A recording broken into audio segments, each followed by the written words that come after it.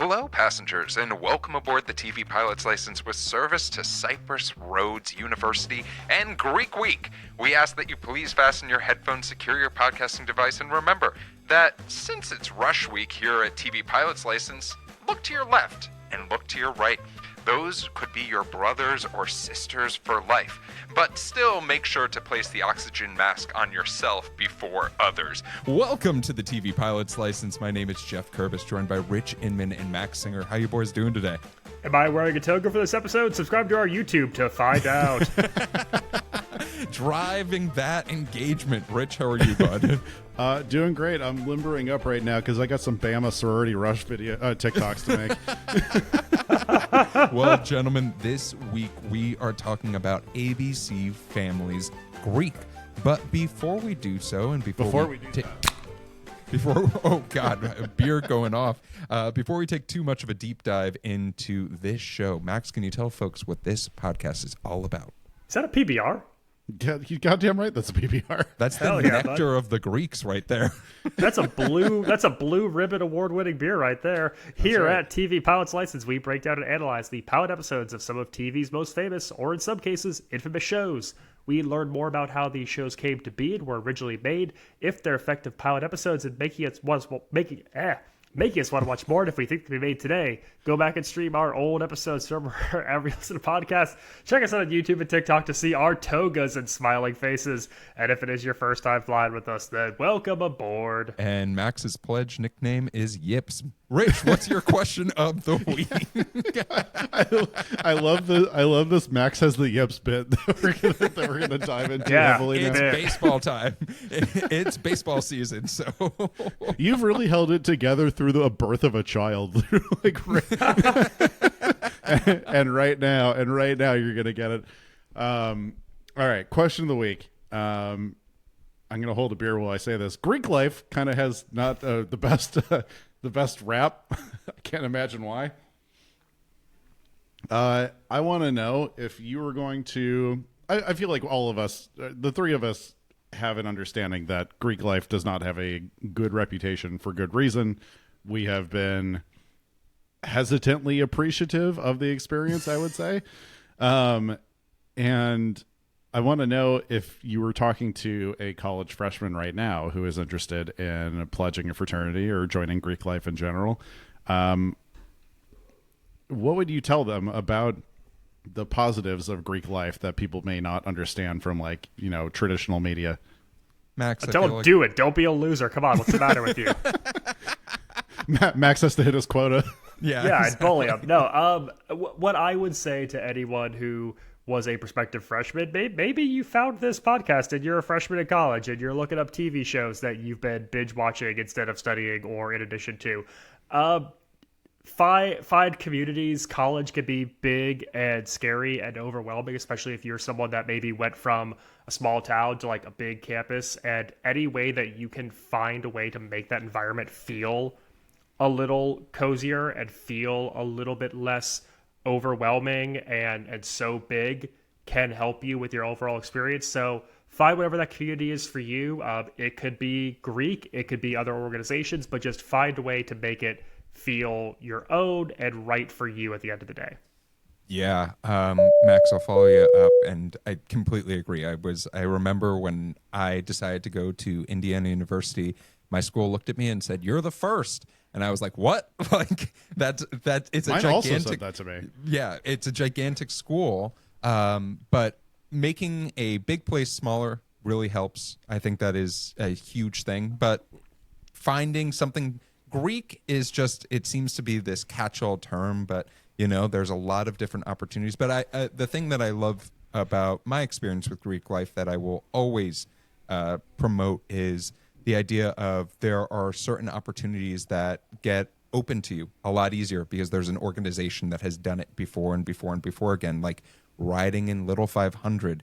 I don't know how I'd even join a team if I was not. If you went to a different school and weren't in Greek life. Yeah, if I wasn't in Greek life, I just show up, right? And I show up with a bike and I'm like, I'm here to race. No, but I think that there is something really cool about the idea of having a community that's built in. Now, some of the classism that's associated with it, we can talk about during the recording of this episode. But I think that also, if Rich doesn't say it, the opportunity to meet like-minded people and share relationships with them and share experiences with them is very underrated, and something that is really cool. Rich, what about you?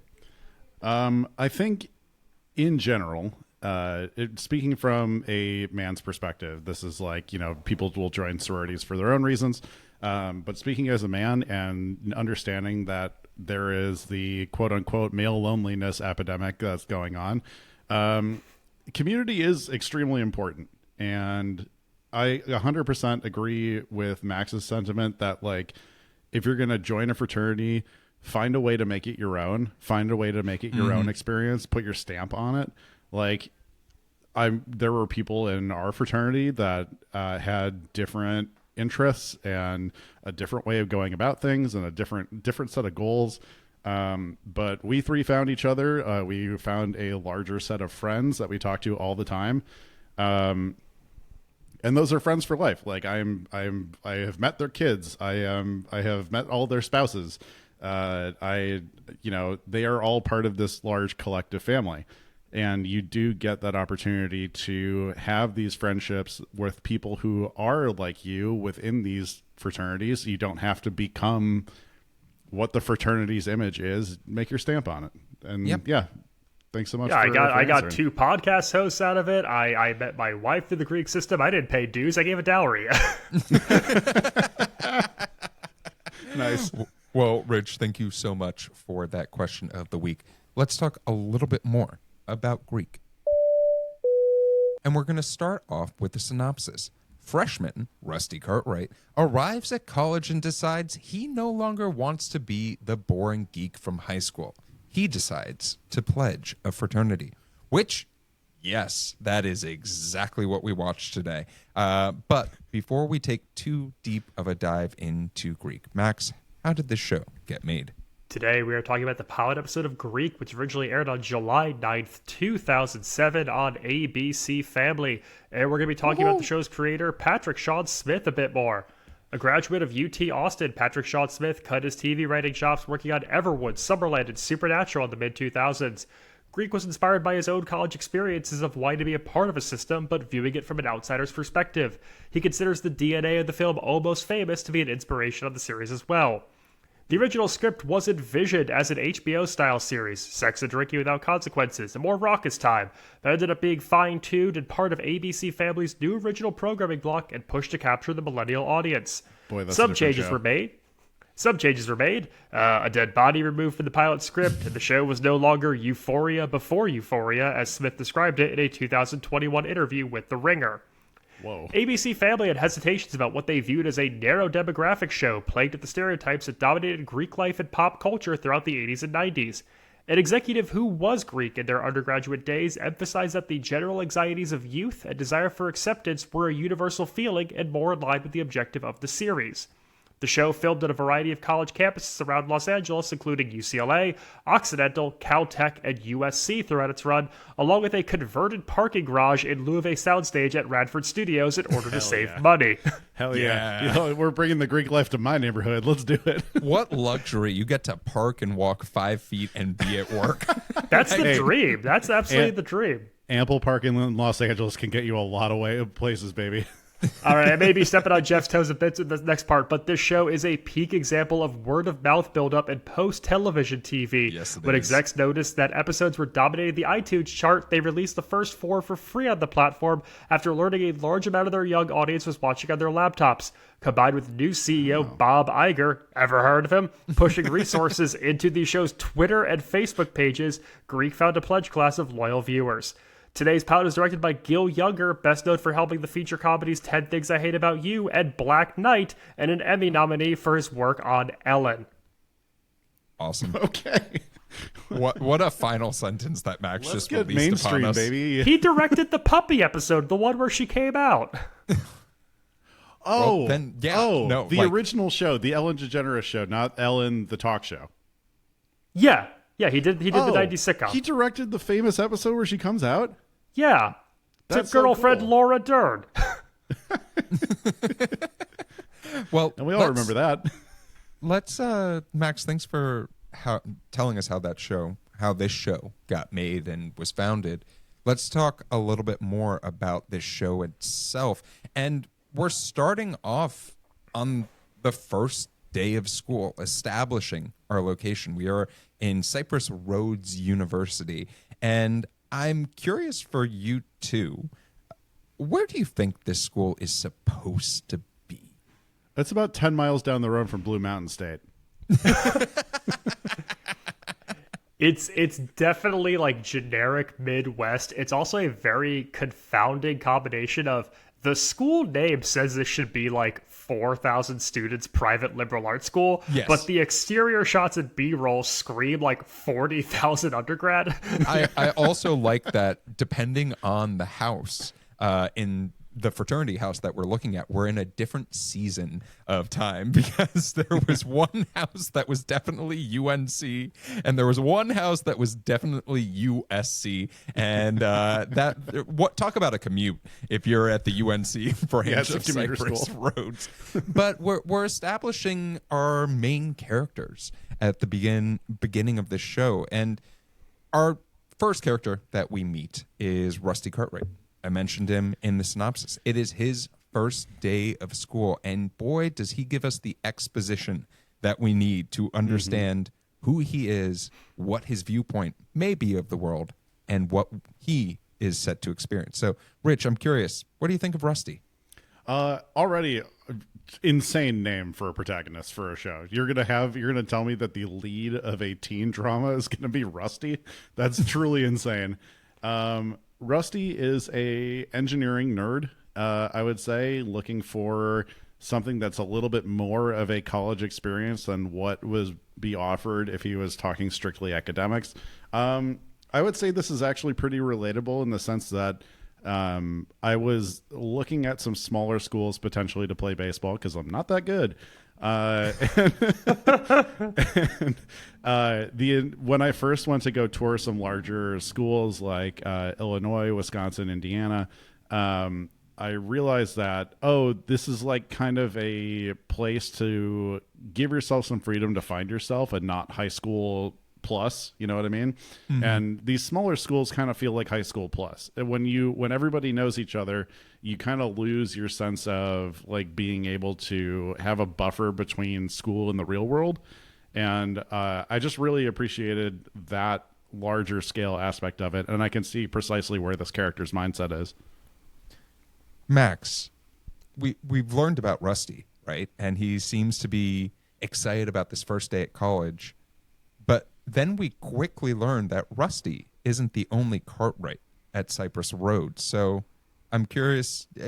I know asking you as a only child is an interesting choice on my part, but what do you think of this sibling dynamic? We're his brothers and we have a podcast together. Yeah, and the opposite side of the coin. First off, I know 3 Rusties in my life, and all of them are fictional characters, so I don't actually know. And Rich was about to lose his shit. I was like, so ready. Do you have a fentanyl dealer? What is Rusty Cartwright joining the canon alongside Rusty Griswold from the Vacation franchise, and Rusty Shackelford from King of the Hill. Like, the fact that we named an 18-year-old in a late aughts comedy Rusty, unless we're going to just hit on as many homages to 80s movies as possible, and he is in fact Rusty Griswold, which I think as we get into this we'll see is probably the case. It's an insane choice. Yes, Rusty does have a sibling. He has an older sister, who is named Casey, who also attends this school. And gentlemen, I have a question. Do you hear the blues a callin'? Tossed salad and scrambled eggs? Yes, because that's one Spencer Grammer, Kelsey Grammer's daughter, playing Casey Cartwright. Oh, it is? Yeah. I never even looked it up. That's a fun parents weekend.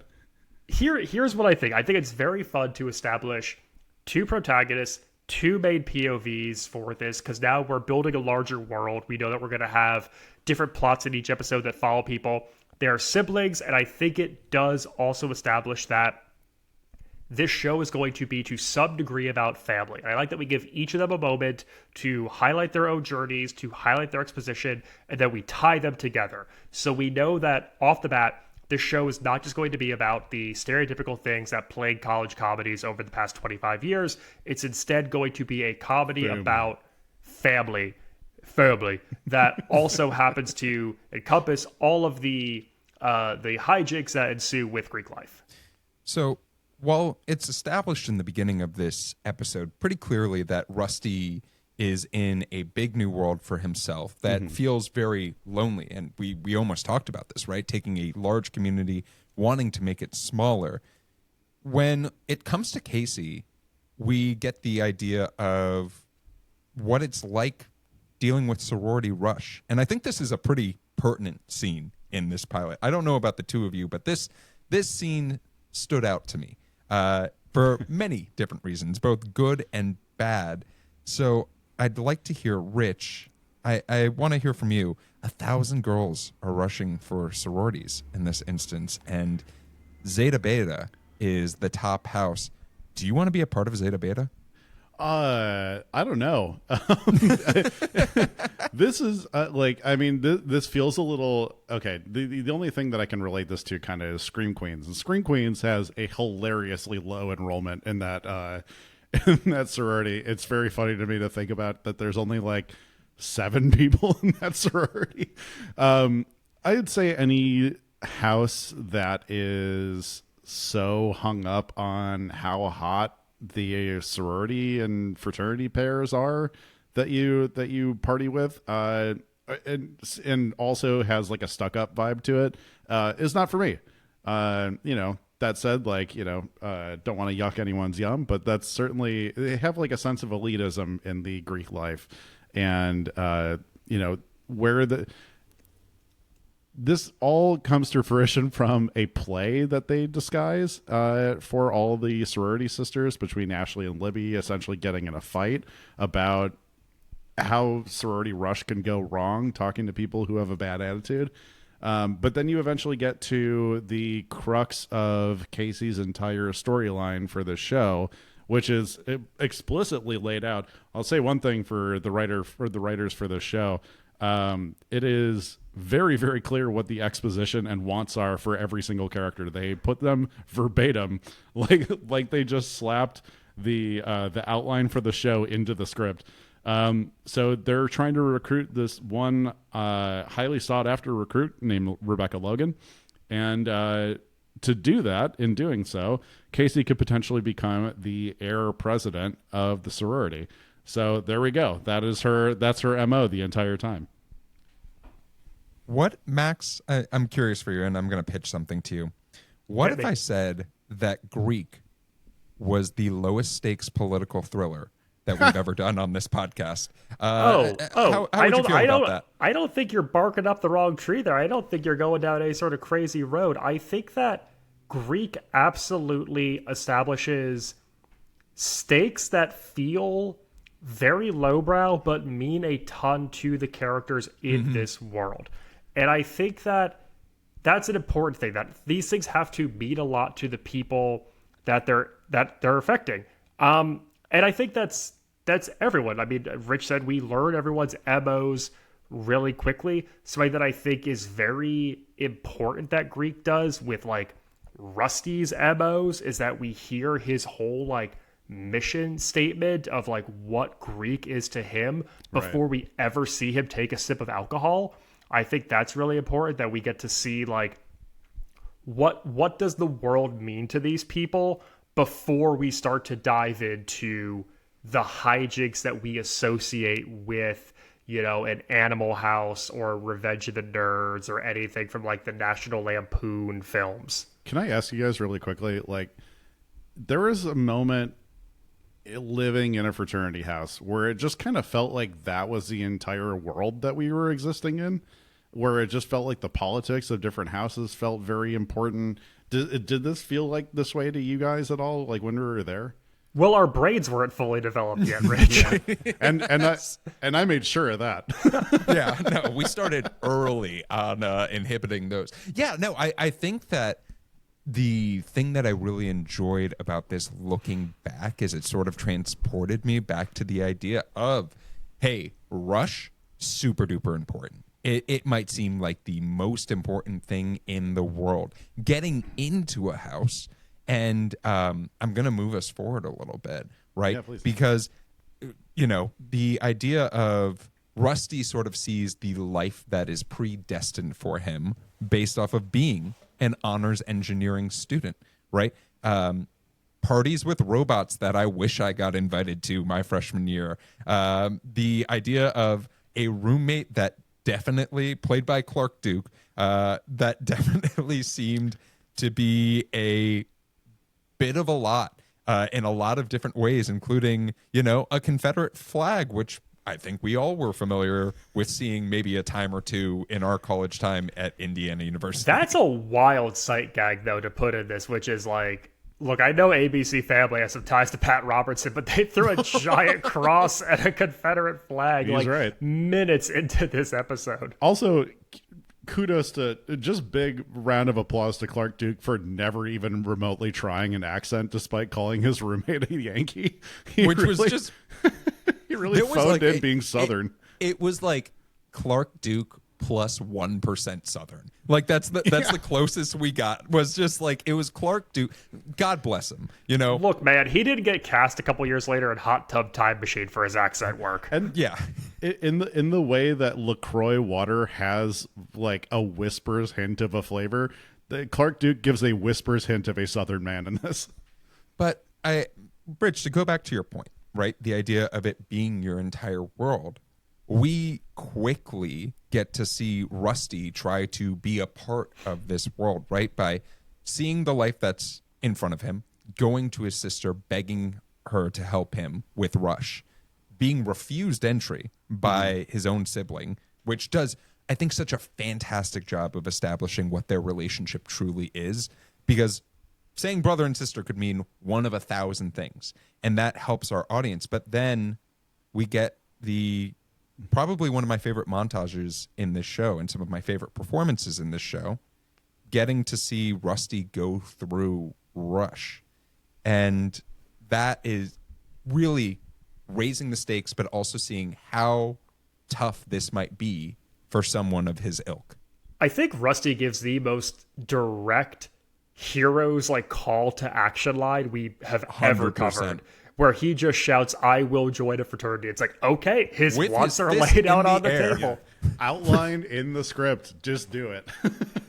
But yeah, I'm with you, Jeff. I like that we get this montage of all the houses. I like this idea of just the same group of people being put into different situations. I think as far as a pilot and universe building, it's easy to just say we're going to take 14 characters, 12 of which are going to be background actors, 2 of which we're going to focus on, and we're just going to plop them into a bunch of scenarios one by one for 1 to 2 lines at a time and just hammer out as many jokes as we can, most of which are going to be done by this character of Calvin, who we get to meet, who is sort of Rusty's Rush friend, someone who, when we first meet him, I thought, wow, if Blue Mountain State had actors that were way too small for football teams, how is this 5'6" dude going to be an all-state quarterback? And then I learned he's a liar. And you have 2 characters who are really interesting to pair together, because you have Rusty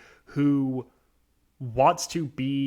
just wants to be himself to gain acceptance, and he wants to find people who like him for him, versus Calvin, who will be anyone but himself to find acceptance. Yep. And every single place, even though he's viewed as this golden child, every single story is built on a lie. And it's when Rusty finally stops trying to do that, when he's not being Calvin, when he is being himself, that he finally gains the acceptance of some peers in the system. Rich, I'm curious for you, because Max, you really hit the nail on the head, showing these 2 different approaches to Rush itself, and a few great jokes in the meantime. I think the brunt of which done by Paul James. He is definitely my MVP of this pilot by far. But Rich, there's an impassioned speech that we get of Rusty embracing being Rusty, especially when he is at the It's not the Capitao House. It's the other one. The Omega Chi House. Omega. Chi Delta, I think is the name of that fraternity. Mm-hmm. And in front of his sister's boyfriend, Evan Chambers, we get to hear why Rusty really wants to be in a fraternity. And are you bought in on this? And do you think it does a good job of romanticizing why Greek life is good? Yeah, it actually led to this particular speech actually kind of led me to my question of the week, because it was like a good explanation of why people want to join fraternities in the first place. Just the overall connections to success, or, finding insider people for different job paths and stuff like that. If I was a recruiting chair or something like that, I wouldn't particularly be super blown away by this. But if everyone else's answer is just, I want to get shit faced, like chicks and booze, chicks and booze, I'm like, all right, this guy is like a fucking Nobel laureate, and it's absolutely the only on TV kind of speech. And yes. I have to give a shout out to Rusty for having this effect that I've never seen from an actor, which is that his eyeballs get gradually larger out of his skull as this monologue continues, to a point where I thought they were actually going to pop while giving this monologue.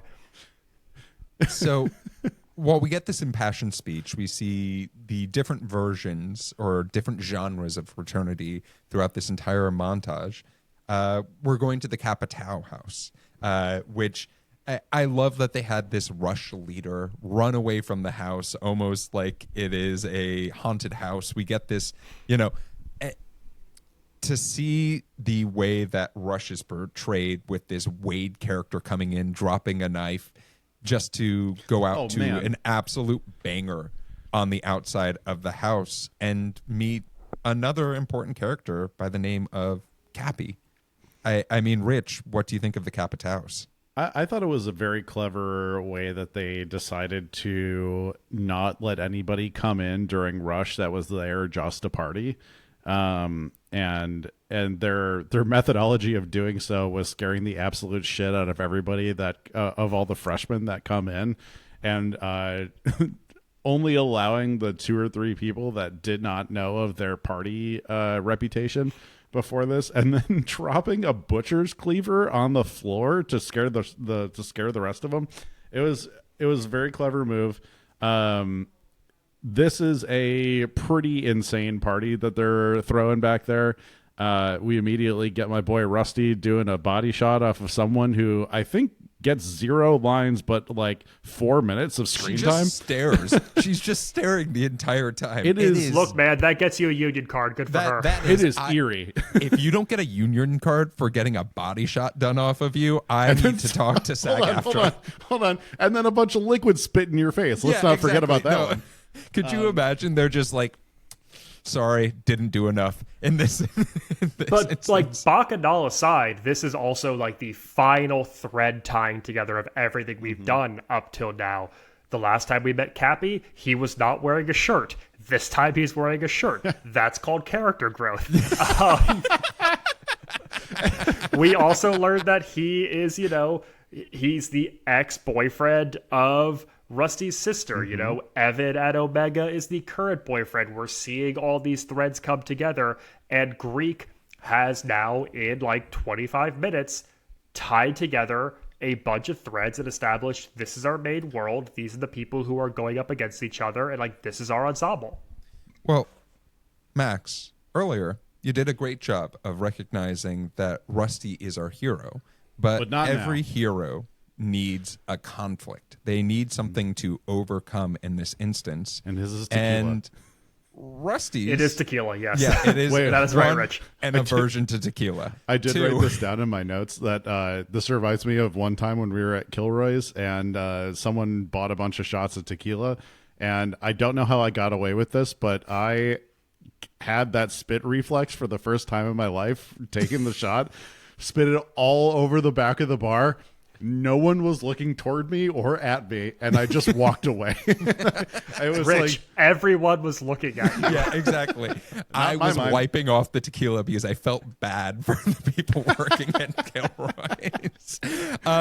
But let's talk about the dilemma that Rusty has to deal with, right? It very much appears that Rusty is set to get a bid to the Omega Chi Delta. If I got that wrong, I don't give a shit. That house.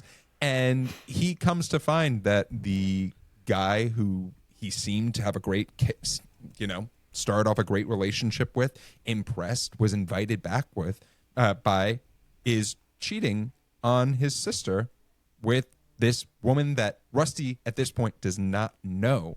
But Rusty now bears the burden of, does he join this fraternity?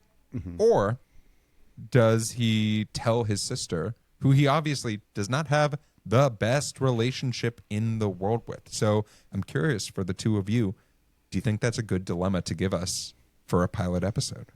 I do, and I think that it's what keeps Greek from being a show that's about the partying and debauchery. It makes it about like moral strength and about family and about like this coming of age thing that's way more relatable than necessarily the Greek life experience. Because now, well, we've tied together another loose thread and another character into this with the girl that Evan is hooking up being Rebecca Logan, the dream sorority recruit that Casey's trying to get a bid to.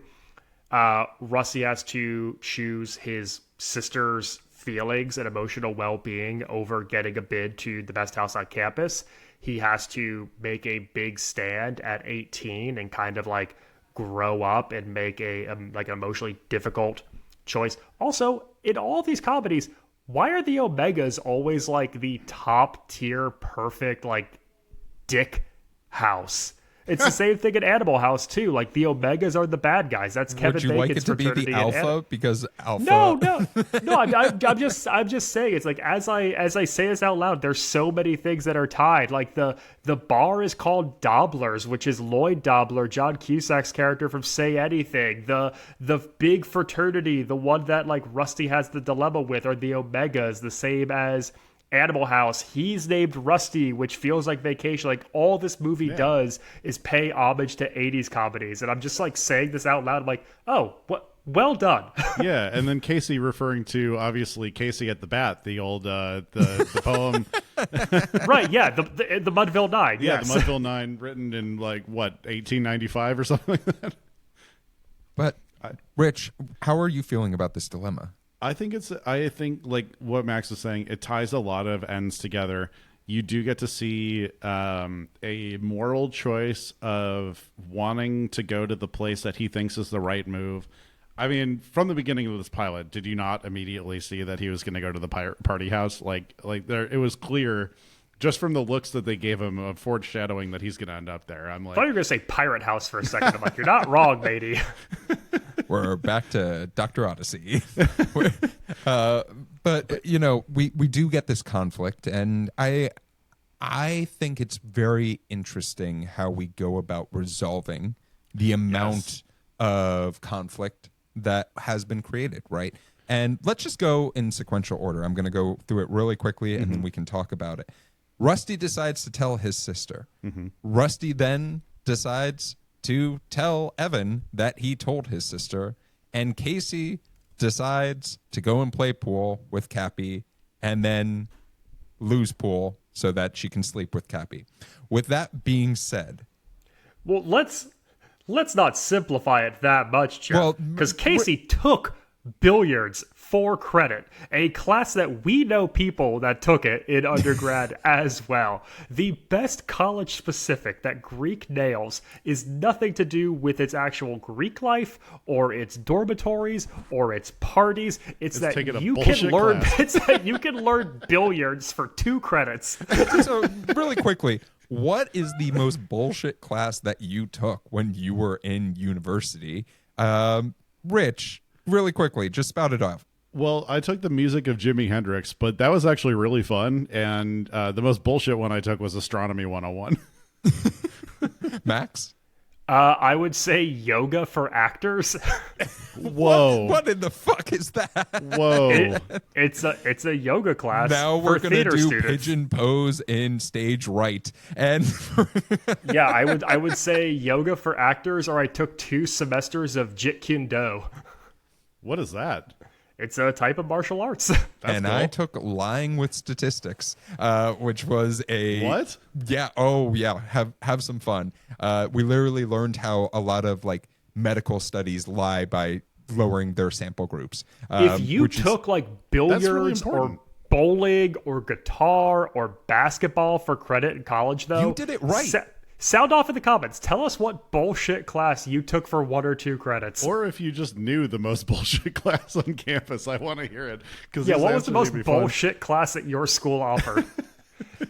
well, we do learn about Casey taking billiards, and I like this scene a lot because it's the first time I think that we actually see Casey the character and not Casey the sorority member in this instance, and this sly little bet while also being a pool shark. Rich, do you think this is a good way of expanding and showing the true character that we're going to be dealing with on this pilot, or do you think it's a little bit I would say this is where we get a little bit more into this was originally an HBO show territory, because the all the conflicts are on the show now are going to be resolved by immoral means, and that is an interesting route to take this. It is going to be it feels like pretty Desperate Housewives. It feels very Secession and stuff like that, where it's like, oh yeah, this person did something to me, and instead of taking the high road and resolving this or removing them from my life, I am going to get back at them and instead pretend nothing happened.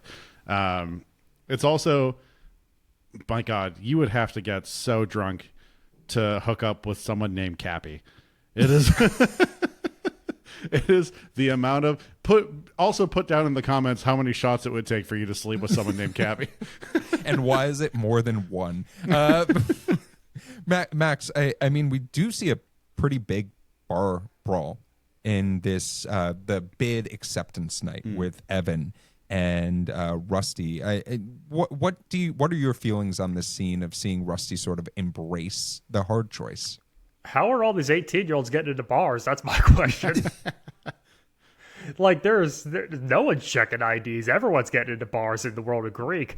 I think it's Rusty doing the thing that makes him uncomfortable. It's the first time in his life that he is making a choice that you cannot argue is logical. He's doing something that is based purely on emotion and instinct, and not on what he's planned out for the next 10 steps of it to be. It's a purely impulsive decision, and I think it's necessary for his arc in this pilot to just totally come out of his shell and do something that you would never imagine him doing. And that's what's nice to me. Also, coming in and picking a fight at a bar inside the fraternity house is truly insane. I mean, as soon as he started fighting Evan Chambers, after it's revealed that he told his sister about his cheating, they exchange very long punches that take a while, and then as soon as he grabs that pledge paddle to go hit Evan, I'm like, don't do that. That's aggravated Chambers assault. Should be dead. That is the wait a minute moment of this pilot. Evan Chambers should straight up be a corpse by the end of this pilot. Look, it's swung by a it's no offense, Max. It's swung by someone who took yoga for actors.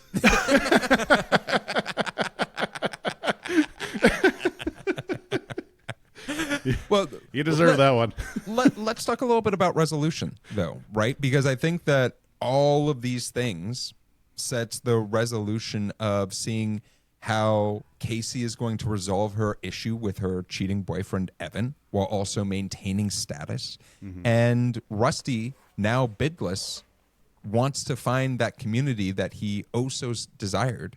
But maybe it's not going to be with the Omegas, and it's going to be with the Kappa Taus. So Casey's resolution is one that on the surface I really dislike, but I think sets her up for a more interesting character journey long term. Definitely. Than doing the thing that we all want to see her do. Because, like, you want her to leave Evan. He cheated on her. And she knows who it's with, and she made these concessions to Rebecca, and she still went out and did this thing. And she uses this, like, Greek life power and desire for status to basically tell Evan, we're even, but, like, we're stronger together. So they're going to push through these choices they made. And you know that that's not going to work out for either of them. Like, you know that that choice is going to bite them in some way down the line, and that they have to come to learn it. And Rusty gets the arc that we expect the dweeb in every single college comedy to get. So I was talking with a friend about this pilot and that we were doing it, and they said a take that at first I was like, that's one of the most absurd things I've ever seen in my life, right? But then the more I've sat with it, I've been like, you might have something here. And that is that Casey is the original millennial anti-hero. Hear me out. In the idea that Casey is someone who is truly the worst, right? Max, you said the decision that you want them to make is never the decision that they actually are making. They continue to keep themselves in a toxic place that is their sorority around people who are extremely superficial at the same time. But she keeps on sacrificing moral good for her political gains in this instance. So, you know what? I think Casey is an anti-hero in this pilot that we are truly rooting for, but also can hate at the same time. Well, I think you get kind of the same feeling as like it I really like the direction they took this in the script. Like story-wise, it makes it a lot more compelling. But they kind of make her fall into the like the queen bee like the stereotype a little quickly. Like it reminds me so strongly of the Emma Roberts, Glenn Powell of Scream Queens. Sure. It's very much like, I think we hate each other, but whatever it's going to take to like make it so I become sorority president, or, you know, get this job out of college, which I think was one of the plots of Scream Queens. That was. It's very Regina George. It's very like, I am going to try to consolidate all this fake power I have at any chance. And I thought that was an interesting choice that I don't feel like they maybe didn't have to make. I don't know. Well, we end this pilot with even more resolution, right? Our four main characters meet up at Doppler's and decide that they will call truce, at least for the moment, to try to get along, no matter what, trespasses or transgressions have happened over the past couple of days that they have all known of each other's existence. And that is our pilot. But I'm curious, gentlemen, there's a lot of stuff we didn't talk about when we discussed Greek. What are some of the things that you loved about this pilot that maybe you'd like to give a little bit more shine? Max, what's on your mind? I've got a couple of small things. One is the ass rock needle drop of Paralyzer? By Figure 11. How do we not get to How Paralyzer did I know until that now? you two were going to lose their mind? I'm like, I mean, I could have picked that. I could have been on my deathbed and heard that fucking guitar riff from Paralyzer. Body shots of Tequila to Figure 11's Paralyzer is one of the most ass rock moments that we've covered doing this show. It doesn't feel like a 2007 college experience song, but it's a very funny needle drop to get. Something that is absolutely bonkers but very comical is when early on in this pilot, Rusty shows up at the Zeta house unannounced to visit Casey, and like one by one more girls start running out of rooms and hallways in different directions, all scantily clad. Like everyone's in just like underwear and boy shorts and bras and tank tops, and they're just like Benny Hill running through the corridors. And it's such a nonsensical scene that lasts for a couple of seconds, but it's it's a very silly, goofy moment to throw Rusty into that world, and I don't know, I got a chuckle out of it. I love that. Rich, what about you? I know we talked about it a little bit, but I think the character of Calvin does an awful lot for this show. Yeah. It gives number one, it's funny that he was changing his personality for every single house. At the Jewish fraternity, he changed his name to Calvin Rosenberg, right? Is that what it was? Mm-hmm. Yeah. Like absolutely perfect. You also get not a cliffhanger, but like an additional plot line that they don't address, that he has a secret that he's gay and hooking up with one of the brothers in the Capitol house. And, it's very interesting to, obviously there's a lot of stigma around queerness in fraternity houses and sorority houses and stuff like that. And it's something that is going to be addressed throughout the series, and I love that. And I think that's like a really good addition to this show. Yeah, and for myself, there's a couple of moments. One, did I chuckle when they said, "Where's the fat guard?" Yes, because that was an absurd moment that just came out of left field that I was like, okay, cool. And as Max pointed out, very Benny Hill-esque, where I was just like, this man is struggling up the stairs. Like, someone please check on him. The other thing, I don't know if either of you guys caught this, but there was a very early 2000s cameo in this pilot of a woman by the name of Jessica Rose, aka Lonely Girl 15, from like the early days of YouTube. Wow. She actually is in this show, like multiple episode arc in the Whoa. show. And I saw her face and I was like, holy shit. Like, I forgot that you were like a thing for a while. Like, that was a moment in YouTube, in the early days of YouTube. Whoa. And then like, yeah, that party scene at the Capitol house, like, you had me nostalgic. Like you had me fully nostalgic in that moment of just like, yeah, when was the last time I went to a banger like that? Like, when was like someone invite me to your banger? Like, sure, I'll leave early, but like invite me for a little bit and I will probably talk to no one and just be like, I made it to the party. Can't wait for that to get clipped out of context. Invite Jeff to your banger right now. Yeah, right now. Let's talk about wait a minute moments, things that cause you pause.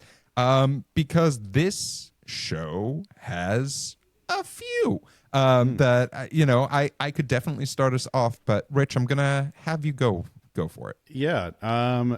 I think from a script perspective, from a show building perspective, all the moves are pretty telegraphed to the point where I could guess. If someone showed me the first 5 minutes of this pilot, I could probably fill in the blank of where the rest of the show was going. That's not, maybe this is me watching with like, I've watched a bunch of fucking TV episodes now, eyes. But yeah, I do a TV pilot like podcast, eyes. I do a TV pilot podcast. It just felt very much like I knew where this was going at all times. Max, what about yourself? This is 51 minutes and it could have been 43 minutes is probably my biggest wait a minute. Cut 8 minutes. No, but it's longer than a TV hour, and it didn't need to be. There's a lot of conversation specifically between Casey and Franny getting into Zeta house politics that drag. They feel like they needed to be half a beat faster at all times. There's a weird thing that the show does as well. Whenever we get into conversation mode, it's like all the background noise gets sucked out of the room and it gets oddly quiet. Yep. This is definitely a pilot that needs fine tuning, where I think it needs to learn when it can pick up its pace, when it could use its environment a little bit more, and how we could probably get to the same point with maybe a fraction of a page less per page.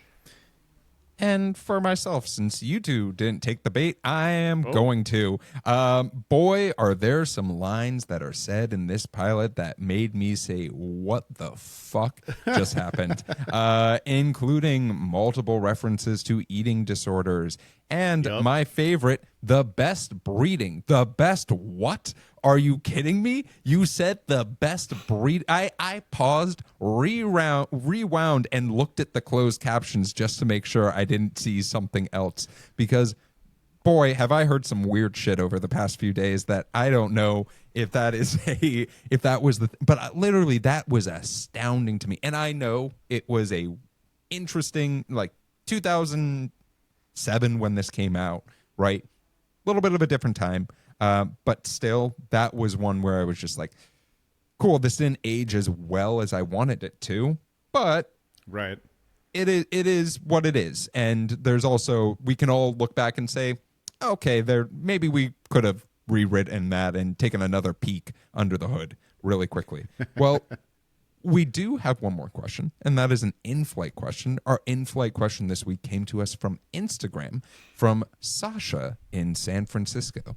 And Sasha asked, would you have invited Rusty back to the next pledge event? Why or why not? So I am asking you, Rich and Max, let's imagine we're hosting a pledge event. Rusty Cartwright walks in, and you know what? I'll give him credit.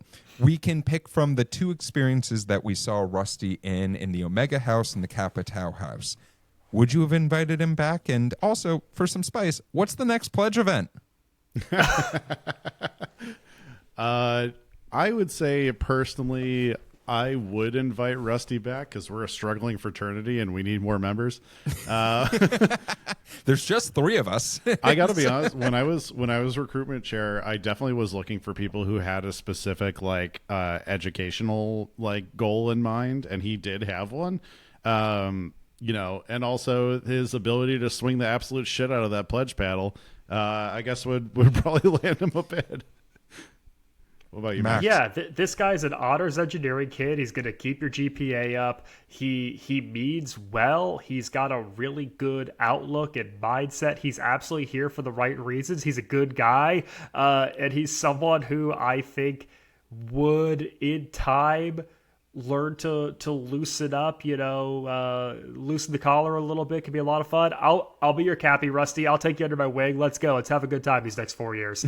Yeah, and I think I would also take a chance on Rusty. It would be very funny if I was like, what a fucking loser. Absolutely not. No, I think I would, because it seems like a kid with good... If you're 18 and you're talking like that, I'm interested in you, because boy, does Rusty talk like a full-fledged adult. Sure. And a lot of the people that he was met written by one when they were rushing did not talk like that. So I'm intrigued. You need a really eloquently speaking kid who could talk to the cops. That's what Rusty fulfills. Oh my gosh. And then as far as a rush event, since neither of you two answered my question, the mini golf course looked interesting. I want to do that as a rush event. That sounds like a fun time. We did. We absolutely did that. We turned the house into a mini golf course. That's true. We did turn the house into a mini golf course, but laser tag also fucking dope. Not gonna lie. But Sasha, thank you so much for that in-flight question. Let's talk a little bit about the history of this show. Like our time at Indiana University, this show had 4 years and 4 seasons, as well as 74 episodes, all on ABC Family. I watched this show on Hulu, but by the time you're listening to this, it might just be on Disney+. With that being said, the show was made available on DVD. It also was available in the United Kingdom on the BBC. They also had a secondary series called Greek Uncovered that was just behind the scenes of the show. That was a partner program. Pilot episode of the show got about 1.1 million views. But as we said, this was a word-of-mouth pilot. This show grew with every episode. Interesting. Through the first season, it actually grew like upwards of 75% after the first episode, which is a fascinating so interesting for a cable TV show to do. And I feel like is a case study that we should probably be looking at and thinking, how do we do that now? As far as awards go, 7 nominations, 0 wins, but I swear you guys, Cappy may have streaked in the quad, but there were no surfboards or surfing anywhere near this production.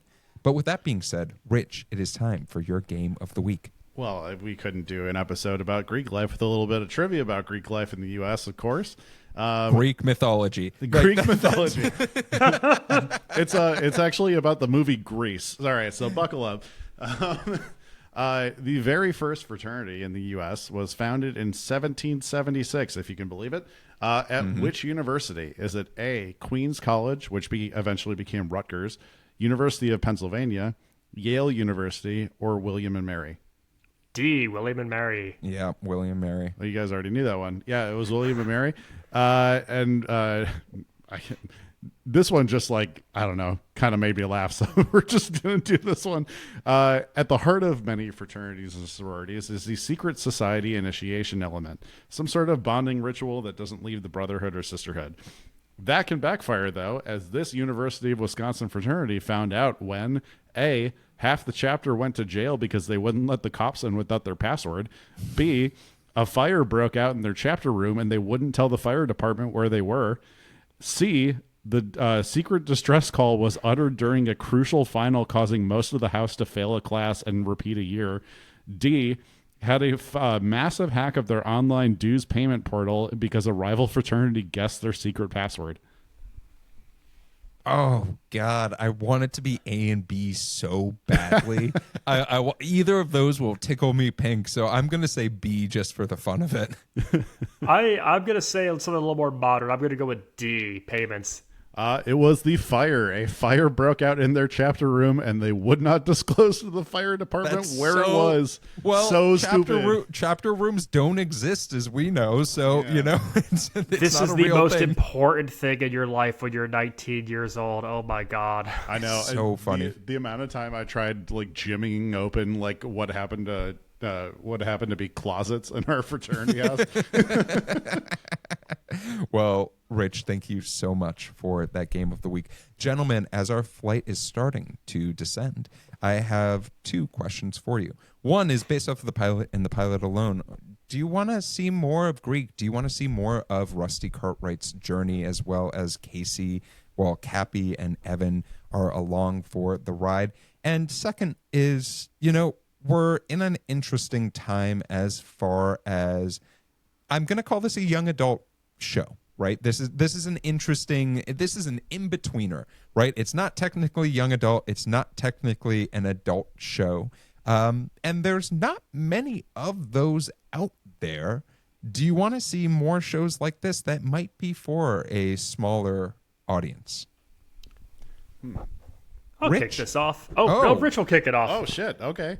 I personally am not going to watch any more of the show. I think just the understanding where the storyline was going at all times, a bit took me out of it. Whether or not the subject matter is good to be remade, yeah, I think college life fascinates a lot of people.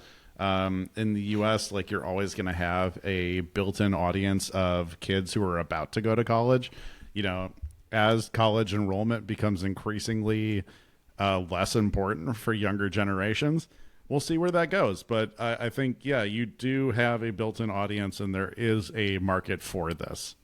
What about you, Max? I would definitely actually keep going with this. I think that moving it away from an HBO aspiring series into something that is very young adult viewership oriented is the right call here. It is not a perfect pilot by any stretch of the imagination. I think that it is a, if anything, clunky episode at times, but I want to see the hijinks of Rusty and Cappy. I want to see Cappy develop as a young adult. And if you end your pilot with Spit Takes Tequila by an 18-year-old in full drag, well, that's just a humorous way to wrap a pilot. There are still shows like this, I think. Unfortunately, a lot of them have just kind of moved off of regular TV onto streamers, but you do still see things like Grownish at Freeform. I think when we did Never Have I Ever, that's being a little bit more high school, but also kind of fits into that general late teen coming of age portal. And I think that it's an important genre. I think it's a difficult one to write, but when it's done well, could be very effective and very captivating. Yeah, and for myself, I have watched the show before. I think that as many problems as I had with some of the jokes and some of the writing in it, there were some things that I really liked about this pilot. It very much reminded me, we talked about the director of the show, right? Making things like 10 Things I Hate About You and Black Knight. And it gave me that feeling, that like that warm. It gave you Martin Lawrence's Black Knight, really. It gave me that that feeling for sure. But no, it gave me the feeling of 10 Things I Hate About You, where it's just like there is this sort of nostalgic vibe to the way that this was shot, and I enjoyed it a lot. That being said, as far as this tweener type of television, there was Sex Lives of College Girls was a wonderful show that probably ended a little bit too soon, if we're all being honest, for reasons that we could talk about another time. But I think that there is a passionate audience for those type of shows, and I hope that they get more appearance on actual network television, even cable, just something. Don't hide them behind these streamers, because people will like them and watch them and stick with them and vouch for them. Because I can say this honestly, we had a lot of feedback for this show from our frequent flyers and from people who just found the post and were like, I can't wait to see this. So, you know, there's definitely audiences for these. I just have to say to that, though, it's like if you think about Greek being the show that learned we should put out episodes on iTunes for free because the audience is watching on their laptop and not TV, the equivalent of that 18 years later is they're not paying for cable, they're paying for Netflix, they're paying for Prime, or they have their parents' Prime, or, you know, whatever that equivalent is. So Greek was ahead of its time for 2007 in learning how to use that. And as much as I want to see something like this survive on, if not network, then cable, I think like you have to put the show aimed at 18 and 19-year-olds. We have to put it on smart fridges. That's the campaign. We're going to put it on. I hate to say this, but we found another use for Quibi. Rich, we're going to try your Quibi. We're going to try my smart fridge campaign. Whoever wins Third has to buy the other coffee. I'm buying Quibi from Jeffrey Katzenberg for the price of like a small sandwich at Mendocino Farms. Well, gentlemen, that is our flight. But before we go, I want to make sure that folks can find you wherever you'd like to be found. Rich, where can folks find you? You can find me spitting up tequila at your local bar, and you can find me on Instagram at Damn That's Rich. And you can find original sketch comedy from Max and myself over at Dadwagon Comedy on TikTok. Max? Next round's on me over at Dobblers, and you can find me on all things social media at Maxwell Sig. And you can find me taking billiards. But if you're looking for me on social media, you can find me at Run Jeff Run. If you're looking for the TV Pilot's License, you can find us anywhere you listen to podcasts. You can also watch our smiling faces on YouTube. And make sure to like, subscribe, and leave comments. It really does help us out more than you know. If you have a question about the show or for our next episode, maybe you want to be featured like Sasha, you can submit those questions at tvpilotslicense.com, or you can shoot us a text and leave us a voicemail at 213-290-1713. Make sure to watch out for some of the stuff that we have coming up. But with the plane landed and the seatbelt sign off, we look forward to flying the bright skies of the TV world with you again soon. Until next time, keep your eyes on the skies and your fingers on the dial. I'm from Chicago. Thought I wouldn't bring it up. You thought I wouldn't bring it up. I waited.